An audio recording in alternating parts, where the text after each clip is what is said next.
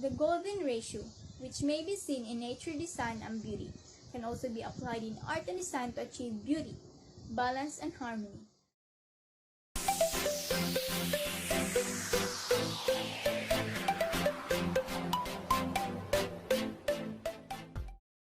Good day everyone, I am Trinity May A. Valenzuela, one of the members in Group 7. Today, we're going to show and discuss to you the observable patterns in arts and design. But before that, I'm going to share a little discussion about our topic and how we're going to discuss it. It is apparent that arts and design are influenced by mathematics in some aspects. This includes the analysis of mathematical patterns such as symmetry, fractal, tessellations, etc. Arts and design have broad definition. Arts and design can broadly apply to music, theater, visual arts, literatures, architectures, etc. The group decided to select only some of them that consist of mathematical patterns that can be observed, as the group members will be giving examples of them each field in arts and design. The group will also explain the relation of Fibonacci sequence in some fields in the art such as music. Did you know that this design has a mathematical pattern? So first, let me give you an idea about the Fibonacci sequence. This is the Fibonacci sequence. Every number is the sum of the two previous numbers. We get 3 because we add 1 and 2. We get 5 because we add 2 and 3. And as we get higher in the sequence, we get closer and closer to the golden ratio. The golden ratio is a special number approximately equal to 1.618 that appears many times in mathematics. Let's take a look at the keyboard. An octave on the piano consists of 13 notes. 8 are white keys and 5 are black keys. So let's divide the keys in half so we can determine the pattern. So this gives us 2 black keys on the left and 3 black keys on the right. Do you remember the sequence? So when you add the 2 black keys on the left and the 3 black keys on the right, you get 5. We can also get 5 and 8 if we divide the black keys and the white keys. We get 5 black keys and 8 white keys, and when we add them we get 13. Lastly, we can get 8 and 13 when we divide the keys diatonically and chromatically. When we say diatonically, it consists only the white keys, so we get 8 keys. And when we say chromatically, it includes all the keys including the black keys. So we get a total of 13 keys. And when you add 8 and 13, you get 21, which is also in the sequence. Mathematics has played an important role in visual arts, particularly in perspective drawing. For example, these are my drawings. I use mathematical analysis in this. Like I use geometry and Fibonacci technique for art, which includes the shapes for the form, the symmetrical lengths, the proportion, the measurements, etc. Of all the drawings shown above, only 2 of them I will explain. The first one is this. As we can see, it is a flower drawing, and I think it has a pattern of radial symmetry. Because a radial symmetry is a symmetry in which the sides exhibit correspondence or regularity of parts around a central axis. While the second one and the last one is this. This drawing is an abstract drawing, an overlapping 3D line illusion that has a pattern like a fractal. Where fractals is a type of mathematical shape that infinitely complex. In essence, a fractal is a pattern that repeats forever in every part of the fractal, regardless of how zoom in or zoom out the objects are. Thus, mathematical patterns are one of the bases in art, particularly in drawings. In visual arts, mathematics may not be visible or noticeable, but it imparted huge impact as it serves as blueprint to the development of aesthetic designs we have seen nowadays. In painting, painters are not just creative and artistic, but they are also a real mathematician. Like for example, these paintings are great and exquisite because the painter used mathematics in the making of these designs. These paintings has a geometric pattern. As you can see, they contain objects and shapes that repeat themselves. The triangle and rectangular repetition is regular and obvious. Geometric pattern is being applied to these paintings. Thus, mathematics is very useful in visual arts, for it adds flavors to the crafts to make it pleasing to the eye.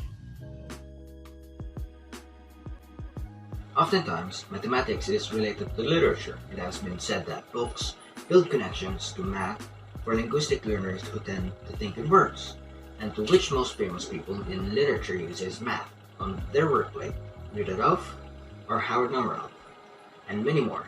In poetry, mathematical language can heighten the imagery of a poem.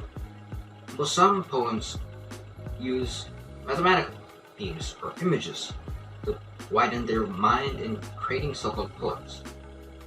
These are examples of poems that have connections to mathematics. These poems came from Fibonacci poems. Fibonacci poems are sequences that the number of syllables in each line equals the number of syllables in the preceding two lines. Thus, these three examples that I gave proves that mathematics is a way that improves literature. Obviously, visual arts and mathematics is interconnected. Mathematics stimulated the origin of arts, given that every time we saw a piece, it has patterns. One example of visual art is a plastic arts. Plastic arts are art forms that involve the physical manipulation of plastic. Less often, the term may be used broadly for all the visual arts as opposed to literature and music. Creations may be made with a wide range of materials.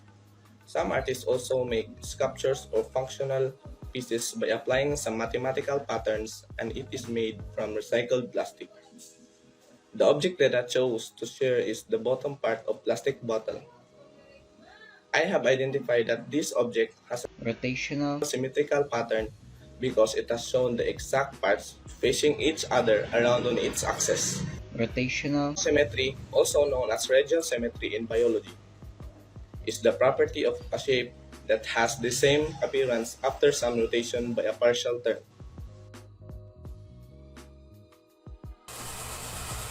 Under decorative arts, we also have enamel work.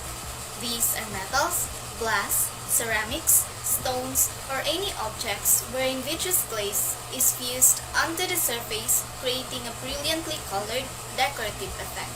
An example of this is this bracelet. Though it's quite old and faded, patterns can still be seen. It has a pattern of reflection symmetry and repeating patterns too.